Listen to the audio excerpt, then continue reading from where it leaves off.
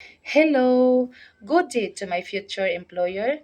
I am Jonalyn Maata Anagon, 40 years old from Philippines. I am married and have 5 children.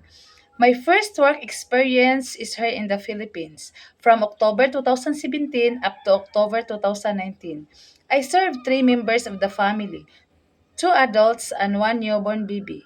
My main duty is taking care of the newborn baby, feed his milk, and taking a bath. I also do household chores like cleaning the house, ironing, washing clothes, and cook Filipino foods. My second work experience is from July 2023 up to July 2026.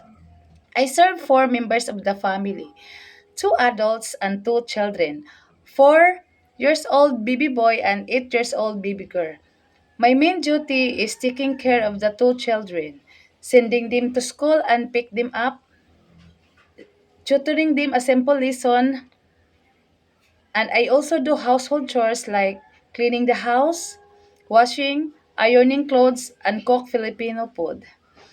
Mom, sir, if you choose me, I will do my very best to do my duty and responsibility with love and care. Thank you and God bless.